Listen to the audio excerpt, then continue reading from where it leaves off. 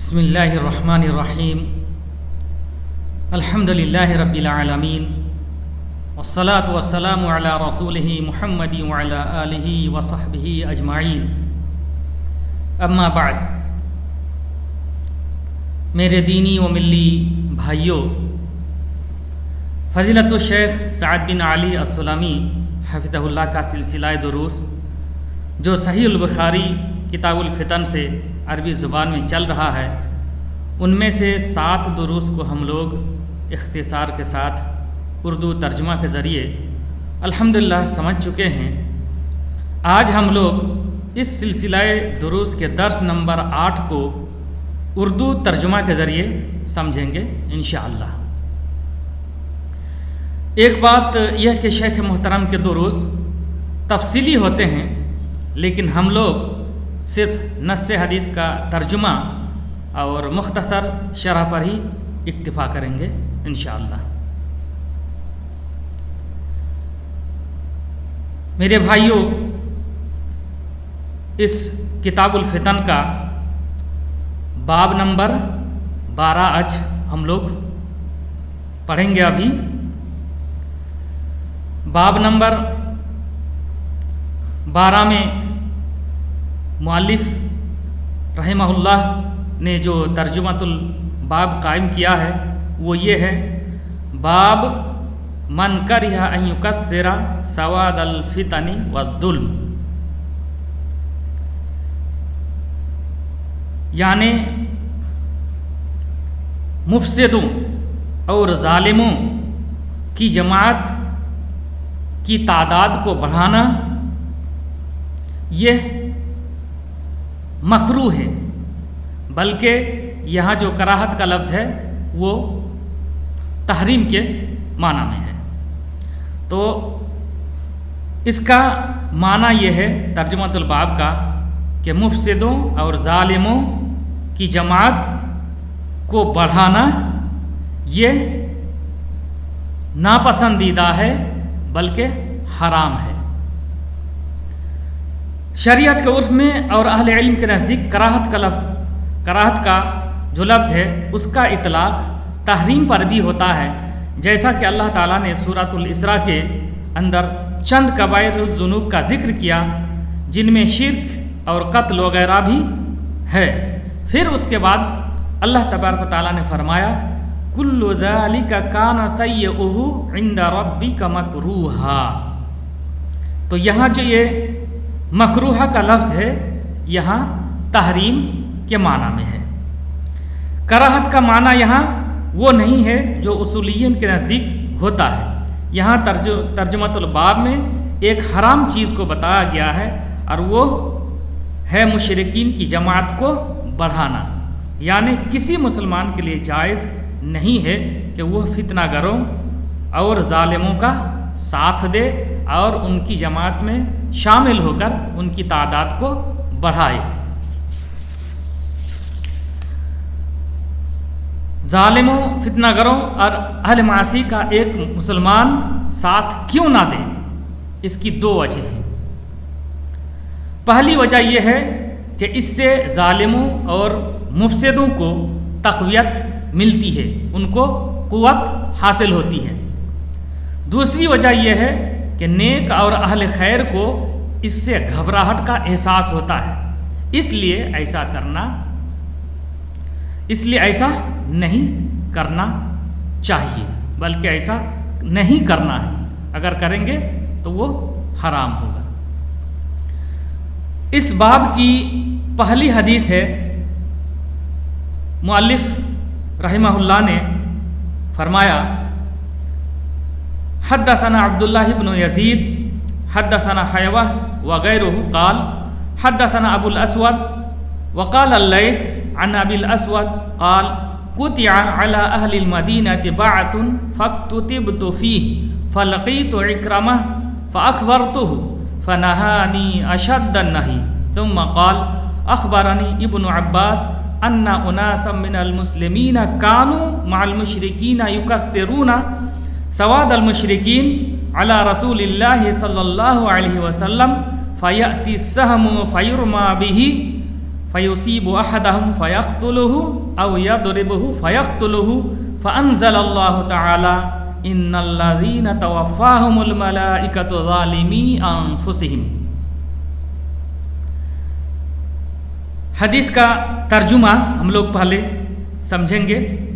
ابو الاسود سے مروی ہے، وہ فرماتے ہیں قطع علی اہل المدینہ بعث فاکتتبت فیہ، اہل مدینہ پر ایک لشکر کی تیاری ضروری اور فرض قرار دیا گیا۔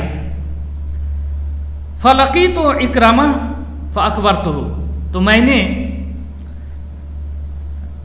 اہل مدینہ پر ایک لشکر کی تیاری ضروری قرار دیا گیا۔ فاکتتبت فیہ، یہ ابو الاسود فرماتے ہیں کہ میرا نام بھی اس میں لکھا گیا۔ فلقیت اکرمہ فاخبرتہ، تو میری ملاقات اکرمہ سے ہوئی تو میں نے ان کو بتا دیا اس کے بارے میں۔ فنہانی اشد النہی، چنانچہ انہوں نے مجھے اس سے سختی سے روکا۔ ثم قال، پھر فرمایا اخبرنی ابن عباس ان اناسا من المسلمین كانوا مع المشرکین یکثرون سواد المشرکین علی رسول اللہ صلی اللہ علیہ وسلم۔ ابن عباس نے مجھے بتایا کہ مسلمانوں میں سے کچھ لوگ مشرکین کے ساتھ ہو کر اللہ کے رسول صلی اللہ علیہ وسلم کے خلاف مشرکین کی جماعت کو بڑھا رہے تھے۔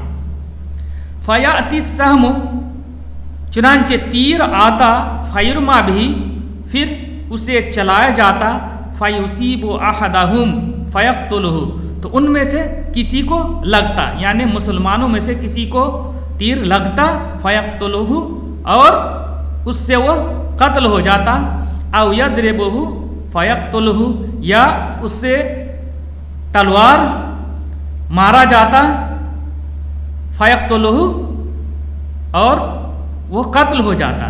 فانزل اللہ تعالی، تو اللہ تبارک تعالیٰ نے یہ آیت نازل فرمائی، ان الذین توفاہم الملائکۃ ظالمی انفسہم، بے شک جن لوگوں کو فرشتوں نے موت دی، فرشتوں نے جن لوگوں کی روح قبض کر لی، وہ لوگ اپنے آپ پر ظلم کرنے والے تھے۔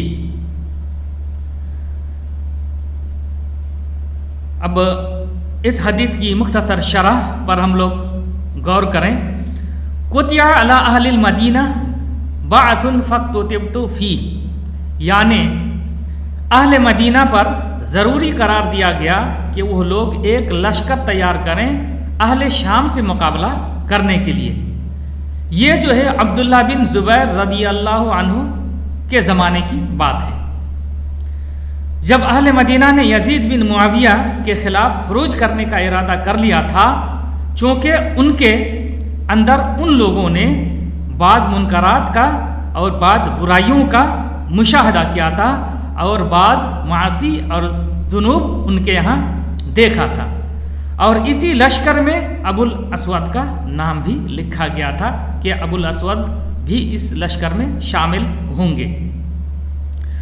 تو وہ آگے فرماتے ہیں ابو الاسود، فلقیت اکرمہ فاخبرتہ فنہانی اشد النہی، یعنی ابو الاسود اکرمہ سے ملا تو ان کو اس کے بارے میں بتا دیا کہ وہ یزید بن معاویہ سے قتال کے لیے جا رہا ہے، تو اکرمہ نے ان کو جانے سے سختی کے ساتھ روکا، چونکہ وہ لوگ گناہوں کے سبب یزید کے خلاف خروج کر رہے تھے، اور ولاۃ الامور کے خلاف خروج کرنا یہ فتنہ ہے، اس کے بڑے مفاسد رونما ہوتے ہیں۔ ولاۃ الامور سے ظلم و جور صادر ہو، پھر بھی عوام کو اس پر صبر کرنا چاہیے۔ پھر اکرمہ نے ابن عباس رضی اللہ عنہ کی ایک حدیث بھی ابو الاسود کو سنایا،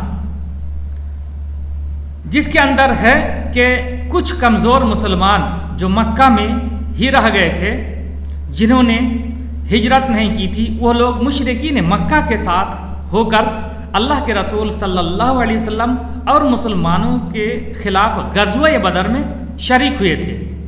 تو جب مسلمانوں نے تیر اور تلوار مشرکین کی طرف چلایا تو وہ کمزور مسلمان میں سے کچھ لوگ قتل کر دیے گئے۔ تو صحابہ کرام کو افسوس ہوا کہ ہم لوگوں نے اپنے ہی کچھ کمزور مسلمان بھائیوں کو جو مشرکین کے ساتھ نہ چاہتے ہوئے بھی جنگ میں شریک ہوئے تھے قتل کر دیا۔ تب اللہ تعالیٰ نے یہ آیت کریمہ نازل فرمائی، ان الذین توفاہم الملائکۃ ظالمی انفسہم، یعنی یہ کمزور مسلمان مشرکین کے ساتھ شامل ہو کر مسلمانوں اور اللہ کے رسول صلی اللہ علیہ وسلم کے خلاف لڑائی میں حصہ لے کر اپنے آپ پر ظلم کیا ہے۔ ظاہراً پتہ چلتا ہے کہ وہ لوگ یعنی وہ مسلمان لوگ مجبوراً ان کے ساتھ آئے تھے، لیکن ہجرت کرنا ان کے لیے ممکن تھا، پھر بھی ان لوگوں نے ہجرت نہیں کی تھی۔ تو ہجرت نہ کر کے اور مجبوری میں ہی صحیح ان کے ساتھ شامل ہونا ایک طرح سے انہوں نے اپنے آپ پر ظلم کیا۔ بہرحال اس حدیث سے یہ پتہ چلا کہ اسلام اور مسلمانوں کے خلاف مشرکوں، فتنہ گروں، ظالموں اور اہل بدعت کی جماعت کو بڑھانا، ان کا ساتھ دینا یہ حرام ہے۔ اسی طرح ایسی جگہ جہاں کفار اور مشرکین رہتے ہیں اور مسلمان اپنا دین اور جان و مال کی حفاظت نہیں کر پاتا ہو اور اس کے لیے ہجرت کرنا ممکن ہو تو ہجرت کرنا ضروری ہے۔ اسی طرح صرف ظلم اور جور اور معصیت کے سبب ولاۃ الامور کے خلاف خروج کرنا جائز نہیں ہے، کیونکہ اس سے بڑا فساد پیدا ہوتا ہے۔ یہ اہل بدعت جیسے خوارج، معتزلہ اور رافضہ کا طریقہ کار ہے، وہ لوگ ولاۃ الامور کے خلاف خروج کرتے ہیں۔ اسی طرح اس حدیث سے یہ بھی پتہ چلا کہ کفار کے ساتھ ہو کر مسلمانوں کے خلاف قتال کرنا کفر ہے۔ اسی طرح دل سے کفر کا ساتھ دینا بھی مستقل کفر ہے۔ جہاں تک مشرکین کے ساتھ صرف نکلنے کی بات ہے، یعنی جسمانی طور پر مشرکین کے ساتھ نکلنے کی بات ہے، تو اس میں تھوڑی سی تفصیل ہے۔ اگر اپنے اختیار سے کوئی مسلمان نکلا ہے تو وہ مرتد ہو جائے گا، اور اگر مجبوری میں اور مکرہ طریقے سے نکلا ہے تو وہ مرتد نہیں ہوگا۔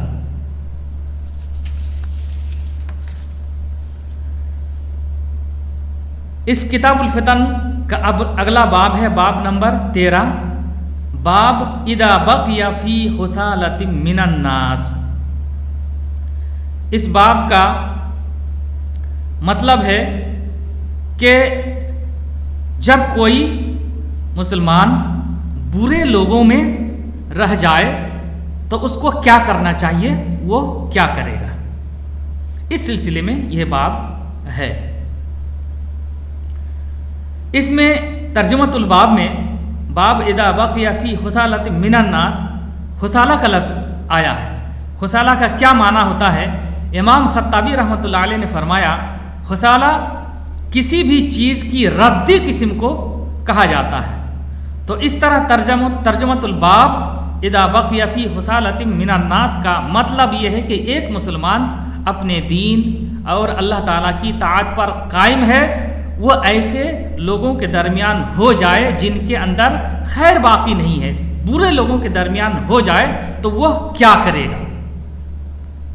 اس کا جواب ہے، اگر لوگ بے انتہا فتنہ و فساد میں مبتلا ہو جائیں اور ایسی صورتحال پیدا ہو جائے کہ وعد و نصیحت بھی کچھ کام نہیں کرتی ہے، تو ایسے لوگوں سے علیحدگی اختیار کر لی جائے گی اور اس جگہ سے نکل کر دوسری پرامن جگہ میں چلا جانا ہوگا۔ دوسری حدیثوں میں اس کا اشارہ بھی ملتا ہے۔ تو اس باب کی حدیث ہے، مؤلف رحمہ اللہ نے بیان فرمایا حدثنا محمد بن کثیر قال اخبرنا سفیان قال حدثنا الاعمش عن یزید بن وہب قال حدثنا حذیفہ قال حدثنا رسول اللہ صلی اللہ علیہ وسلم حدیثین رأیت احدہما وانا انتظر الاخر حدثنا ان الامانہ نزلت فی ذدر قلوب الرجال ثم علموا من القرآن ثم علموا من السنہ وقال حدثنا عن رفعها قال ينام الرجل النومة فتقبض الأمانة من قلبه فيظل أثرها مثل الوقت ثم ينام النومة فتقبض فيبقى فيها أثرها مثل أثر المجل كجمرة دحرجته على رجلك فنفت فتراه منتبرا وليس فيه شيء ويصبح الناس يتبايعون فلا يكاد أحد يؤدي الأمانة فيقال إن في بني فلان رجلا أمينا ويقال للرجل ما أعقله وما أظرفه وما أجلده وما في قلبه مثقال حبة خردل من إيمان وَلَقَدْ أَتَى عَلَيَّ زَمَانٌ وَلَا أُبَالِي أَيُّكُمْ بَايَعْتُ لَإِنْ كَانَ مُسْلِمًا رَدَّهُ عَلَيَّ الْإِسْلَامُ وَإِنْ كَانَ نَصْرَانِيًّا رَدَّهُ عَلَيَّ سَاعِيهِ وَأَمَّا الْيَوْمَ فَمَا كُنْتُ أُبَايِعُ إِلَّا فُلَانًا وَفُلَانًا۔ حدیث کا ترجمہ پہلے ہم لوگ سمجھنے کی کوشش کریں گے۔ حذیفہ رضی اللہ عنہ فرماتے ہیں کہ اللہ کے رسول صلی اللہ علیہ وسلم نے ہم سے 2 حدیثیں بیان فرمائیں۔ قال حدثنا رسول اللہ صلی اللہ علیہ وسلم حدیثین رأیت احدہما وانا انتظر الآخر۔ وہ فرماتے ہیں، حذیفہ رضی اللہ عنہ فرماتے ہیں کہ اللہ کے رسول صلی اللہ علیہ وسلم نے ہم سے 2 حدیثیں بیان فرمائی۔ رأیت احدہما وانا انتظر الآخر، ان میں سے ایک کو تو میں نے سمجھ لیا، اس کو دیکھ لیا، پا لیا، اور دوسری حدیث کا میں انتظار کرتا ہوں۔ حدثنا ان الامانۃ نزلت فی ذدر قلوب الرجال، اللہ کے رسول صلی اللہ علیہ وسلم نے ہم سے بتایا کہ امانت لوگوں کے دلوں کی جڑوں میں نازل ہوئی ہے۔ ثم علموا من القرآن ثم علموا من السنت، پھر ان لوگوں نے قرآن سے اس امانت کو سیکھا، پھر سنت سے بھی اس امانت کو سیکھا اور جانا۔ وحدث عن رفعها، اور اللہ کے رسول صلی اللہ علیہ وسلم نے ہم سے اس امانت کے اٹھا لینے کے بارے میں بھی بیان فرمایا۔ قال، آپ صلی اللہ علیہ وسلم نے بیان فرمایا، ینام الرجل النومۃ فتقبض الامانۃ من قلبہ فیظل اثرها مثل الوقت۔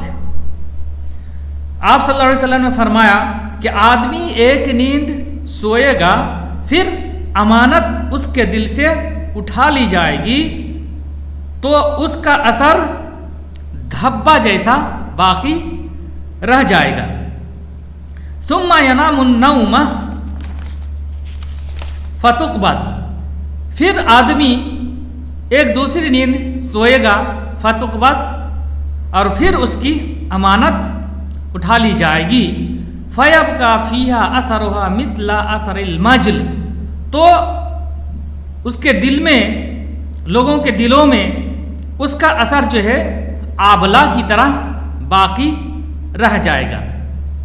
کجمر دحرجتہ علی رجلک فنفت فتراہ منتبرا ولیس فیہ شیء، جیسے تم نے کوئی چنگاری اپنے پاؤں پر گرا لی ہو اور اس کی وجہ سے آبلہ پڑ جائے، تم اس میں سوجن دیکھو گے لیکن اندر کچھ نہیں ہوگا۔ وَيُصْبِحُ النَّاسُ يَتَبَايَعُونَ فَلَا يَكَادُ أَحَدٌ يُؤَدِّي الْأَمَانَةَ، اور لوگ خرید و فروخت کرنے لگے گے، آپس میں ایک دوسرے سے خرید و فروخت کرنے لگیں گے لیکن کوئی امانت ادا کرنے والا نہیں ہوگا. فیقال تو کہا جائے گا ان فی بنی فلان رجلا امینا کہ فلاں قبیلے میں ایک امین شخص ہے، امانت دار شخص ہے. ویقال للرجل اور کسی آدمی سے یہ بھی کہا جائے گا ما اعقلہ وما اظرفہ وما اجلدہ وما فی قلبہ مثقال حبۃ خردل من ایمان، کہ وہ آدمی کتنا عقل مند ہے، کتنا خوش طبع ہے اور کتنا طاقتور ہے، صبر کرنے والا ہے، حالانکہ اس کے دل میں رائی کے دانے کے برابر بھی ایمان باقی نہیں ہوگا. وَلَقَدْ أَتَى عَلَيَّ زَمَانٌ وَلَا أُبَالِي أَيَّكُمْ بَایَعْتُ. یہ حذیفہ رضی اللہ عنہ فرماتے ہیں کہ مجھ پر ایک زمانہ گزر چکا ہے اور میری حالت یہ تھی کہ میں تم میں سے کس کے ساتھ لین دین کرتا ہوں اس کی پرواہ نہیں کرتا تھا. لَإِنْ كَانَ مُسْلِمًا رَدَّهُ عَلَيَّ، اگر وہ شخص مسلمان ہوتا تو اسلام اس کو میرا حق ادا کرنے پر مجبور کر دیتا. اور وَإِنْ كَانَ نَصْرَانِيًّا رَدَّهُ عَلَيَّ سَاعِيهِ، اور اگر وہ شخص نصرانی ہوتا تو اس کے حاکم لوگ اس کو امانت ادا کرنے پر مجبور کرتے. وَأَمَّا الْيَوْمُ فَمَا كُنْتُ أُبَايِعُ إِلَّا فُلَانًا وَفُلَانًا، اور جہاں تک آج کی بات ہے، ان دنوں کی بات ہے، تو میں صرف فلاں فلاں شخص سے ہی لین دین کرتا ہوں. اب اس حدیث کی تھوڑی سی ہم لوگ شرح پر توجہ دیں. حدثنا رسول اللہ صلی اللہ علیہ وسلم حدیثین، یعنی دو حدیثوں میں سے ایک حدیث کا تعلق لوگوں کے دلوں میں امانت نازل کرنے سے ہے اور دوسری حدیث کا تعلق امانت کے اٹھا لیے جانے سے ہے. یعنی حذیفہ رضی اللہ عنہ نے جو فرمایا کہ اللہ کے رسول صلی اللہ علیہ وسلم نے ہم سے دو حدیثیں بیان کی، تو ان میں سے ایک امانت نازل کرنے سے متعلق ہے اور ایک امانت اٹھا لیے جانے سے متعلق ہے.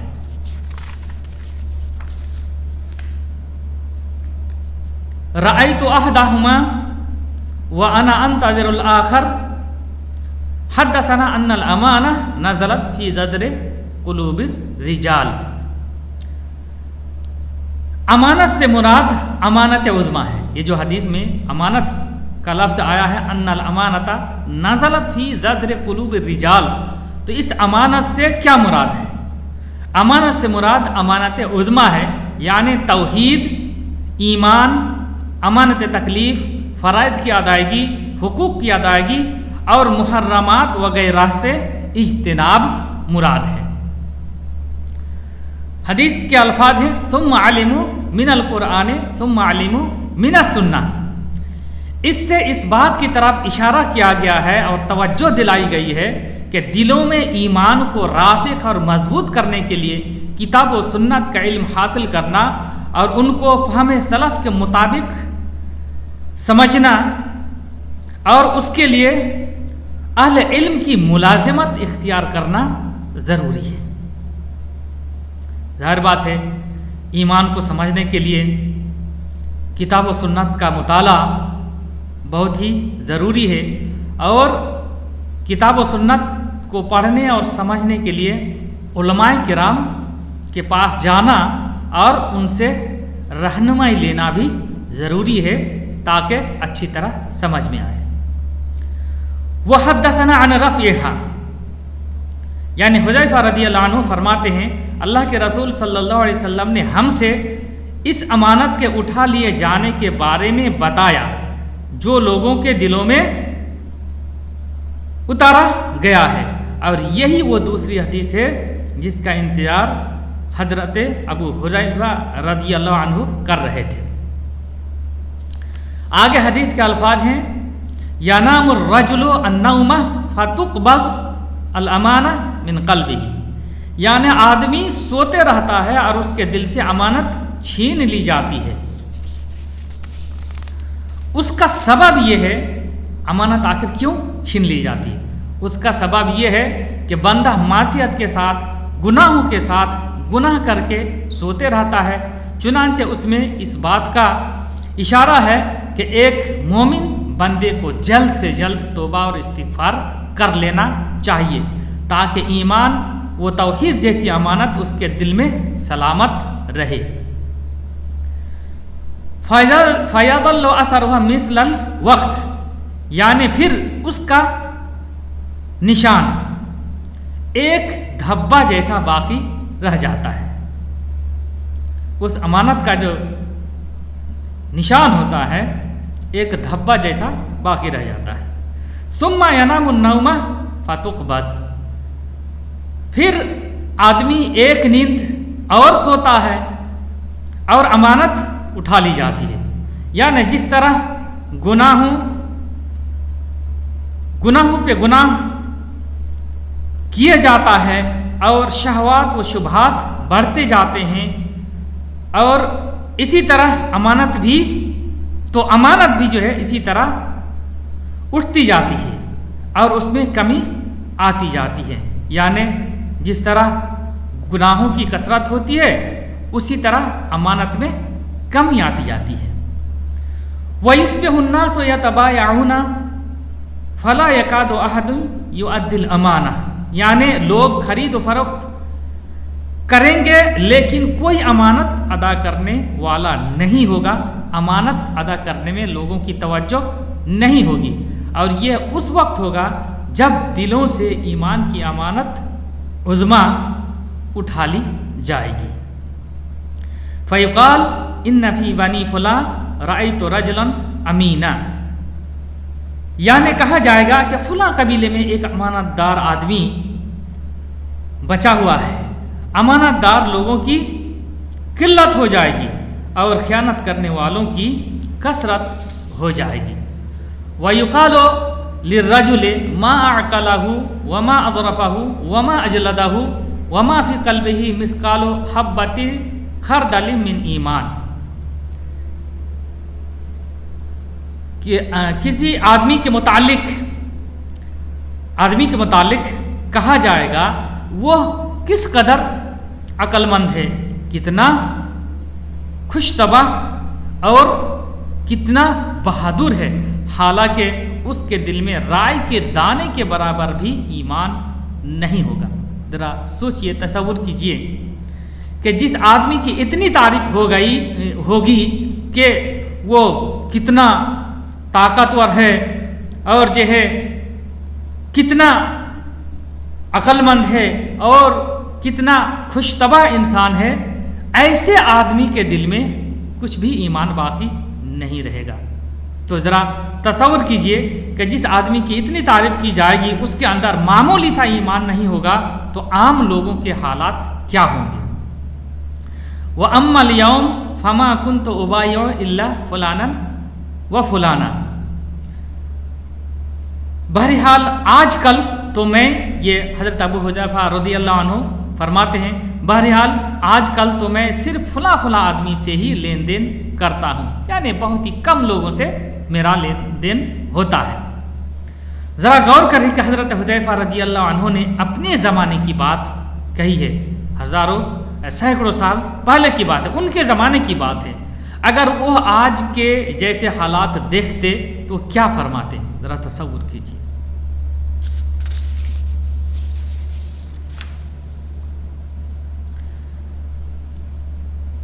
اس کتاب الفتن کا اگلا باب ہے باب نمبر 14، وہ یہ ہے باب التعرب فی الفتنہ۔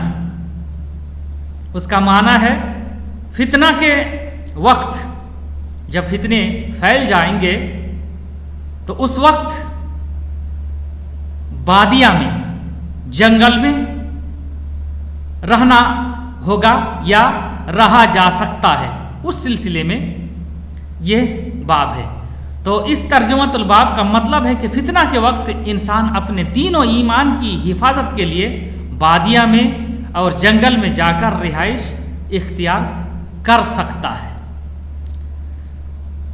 لیکن ایک مہاجر کے لیے یا ایک مومن کے لیے جو امن و امان کے ساتھ رہتا ہو، اپنے دین پر عمل کرنے میں مکمل طریقے سے آزاد ہو، جائز نہیں ہے کہ وہ کسی بادیہ میں یا جنگل میں جا کر رہائش اختیار کرے اور وہاں جا کر کے رہنے لگے، کیونکہ ایسا کرنے پر وہ جمعہ اور جماعت سے الگ ہو جائے گا، حصول خیر سے وہ محروم ہو جائے گا، اور سب سے بڑھ کر یہ کہ دین و ایمان کی تعلیم سے وہ محروم ہو جائے گا، اور اپنے رب کی عبادت بھی کرے گا تو وہ جہالت پر کرے گا، جو کہ بہت بڑا دینی خسارہ اور نقصان ہے۔ لیکن فتنے کا وقت اس سے مستثنا ہے، اگر فتنہ آ جائے تو پھر یہ حالت اس سے مستثنا ہے، چونکہ اس وقت ایک انسان دین و ایمان کی حفاظت کے لیے ہی بادیہ اور جنگل کی طرف جاتا ہے اور وہاں جا کر کے رہائش اختیار کرتا ہے اور وہاں رہنے لگتا ہے۔ تو اس باب کی حدیث ہے، امام بخاری رحمۃ اللہ علیہ نے فرمایا قال حدثنا قتیبہ بن سعید قال حدثنا حاتم عن یزید ابن ابی عبید عن سلمہ ابن الاکوع انه دخل على الحجاج فقال يا ابن الاکوع ارتدت على عقبيك تعربت؟ قال لا ولكن رسول الله صلى الله عليه وسلم أذن لي في البدو. وعن يزيد بن أبي عبيد قال لما قتل عثمان بن عفان خرج سلمة بن الأكوع إلى الربذة وتزوج هناك امرأة وولدت له أولادا فلم يزل بها قبل أن يموت بليال نزل المدینہ۔ حدیث کا ترجمہ ہے، سلمہ ابن الاکوع سے مروی ہے، وہ فرماتے ہیں اپنے بارے میں کہ وہ حجاج بن یوسف کے پاس گئے، فقال، تو حجاج بن یوسف نے کہا یا ابن الاکوع ارتدت علی عقبیک تعرفت؟ اے ابن الاکوع کیا تم الٹے پاؤں پھر گئے ہو، مرتد ہو گئے ہو، تعربتا اور جنگل میں رہنے لگے ہو؟ قال، تو سلمہ ابن الاکوع نے جواب دیا اور فرمایا نہیں، میں مرتد نہیں ہوا ہوں، ولیکن رسول اللہ صلی اللہ علیہ وسلم اذن فی البدو، لیکن اللہ کے رسول صلی اللہ علیہ وسلم نے جنگل میں رہنے کی مجھے اجازت دی ہے۔ وعن یزید بن ابی عبید قال، اور یزید بن ابی عبید سے مروی ہے، روایت ہے، وہ کہتے ہیں کہ جب لما قتل عثمان بن عفان خرج سلمہ ابن الاکوع الی الربدہ، جب عثمان بن عفان رضی اللہ عنہ کا قتل ہو گیا تو سلمہ ابن الاکوع ربدہ کی طرف چلے گئے۔ ربدہ یہ ایک جگہ ہے مکہ اور مدینہ کے درمیان۔ وتزوج هناك امرأة وولدت له اولادا، اور سلمہ ابن الاکوع وہاں جا کر کے ایک عورت سے شادی کر لی اور اس سے ان کی کچھ اولاد بھی پیدا ہوئی۔ فلم یزل بہا، تو وہ برابر وہیں رہے، قبل ان یموت بلیال نزل المدینہ، موت سے چند دنوں پہلے، چند راتوں پہلے، یعنی چند دنوں پہلے وہ مدینہ میں آ گئے تھے۔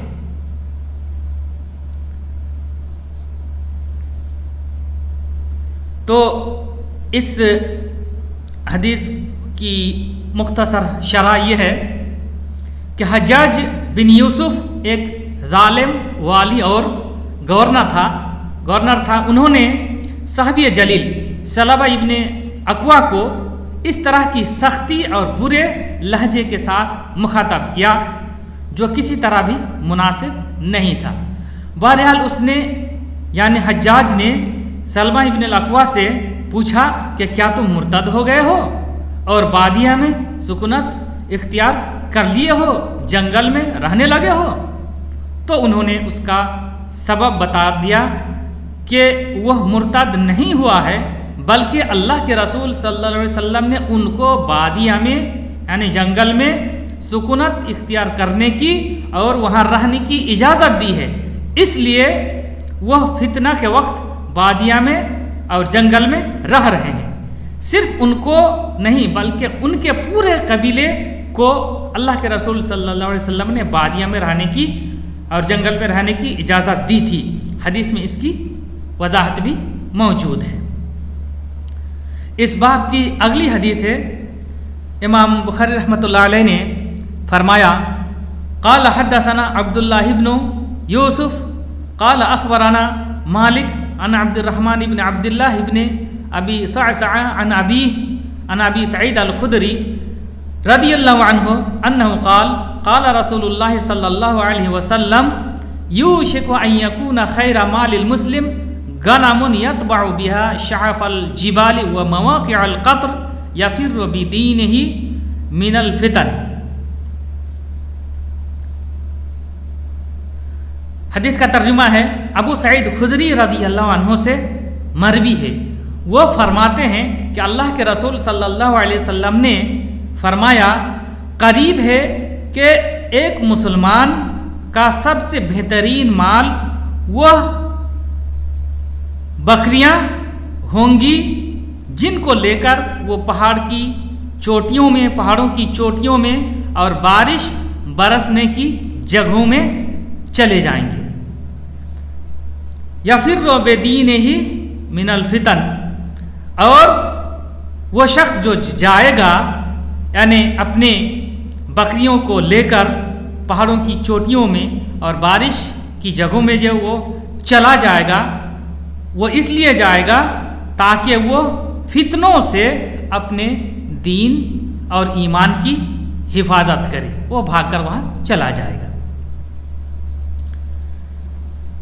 اس حدیث کا مفہوم ہے ایک جگہ سے دوسری جگہ منتقل ہونا یا پہاڑ کی چوٹیوں پر جا کر بود و باش اختیار کرنا یقیناً بہت مشکل کام ہے۔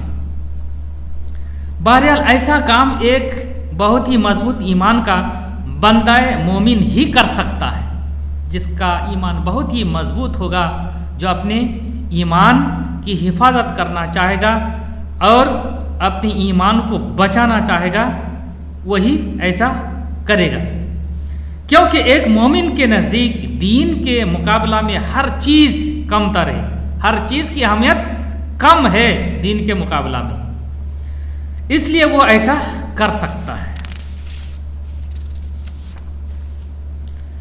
ایک چیز اور جو سمجھ لینا مناسب ہے وہ یہ ہے کہ علیحدگی اور عزلت پسندی کے سلسلے میں اہل علم نے بہت لمبی گفتگو کی ہے۔ بہرحال اس کا خلاصہ یہ ہے کہ لوگوں کے حالات کے مختلف ہونے کے سبب اس کا حکم بھی الگ الگ ہو جاتا ہے، حکم بھی مختلف ہو جاتا ہے۔ چنانچہ جو شخص لوگوں میں اپنا اثر ڈال سکتا ہے، کار خیر کے ذریعے، پند و نصیحت کے ذریعے اور انکار منکر کے ذریعے لوگوں کو نفع اور فائدہ پہنچا سکتا ہے، ایسے شخص کے لیے ضروری ہے کہ وہ لوگوں کے درمیان ہی رہے، اس کو اس پر صبر کرنے کا اجر ملے گا، اور جتنے لوگوں کو خیر کے راستے پر وہ لائے گا ان تمام کے کار خیر کا اجر ان کو بھی ملے گا انشاءاللہ۔ لیکن اگر ایسا شخص ہے جو اثر نہیں ڈال سکتا، پند و نصیحت کے ذریعے لوگوں کو فائدہ نہیں پہنچا سکتا، اس کے پاس علم نہیں ہوتا ہے، بلکہ خود اس کو فتنے سے متاثر ہونے اور گناہوں میں واقع ہونے کا ڈر ہوتا ہے، تو ایسا شخص فتنے کے وقت لوگوں سے علیحدگی اختیار کر لے گا، چونکہ اسی میں اس کے لیے خیر ہے۔ اللہ تبارک تعالیٰ سے دعا ہے کہ اللہ تبارک تعالیٰ ہم تمام لوگوں کو ہر طرح کے فتنے سے، ہر طرح کے شر سے بچائے، محفوظ رکھے۔ اللہ تبارک تعالیٰ سے یہ بھی دعا ہے کہ اللہ تبارک و تعالی ہم لوگوں کو کتاب و سنت کا علم حاصل کرنے اور اس کے مطابق زندگی گزارنے کی توفیق عطا فرمائے۔ اللہ تعالیٰ جب تک ہم لوگوں کو زندہ رکھے، صحیح ایمان، صحیح عقیدے اور صحیح عمل کی توفیق بخشے، اور اللہ تبارک تعالیٰ جب بھی ہمارا خاتمہ فرمائے تو ہمارا خاتمہ بالخیر فرمائے، اور ہماری زبان کا آخری کلمہ توحید لا الہ الا اللہ وصلی اللہ علی نبینا محمد وعلی آلہ وصحبہ اجمعین وجزاکم اللہ خیرا۔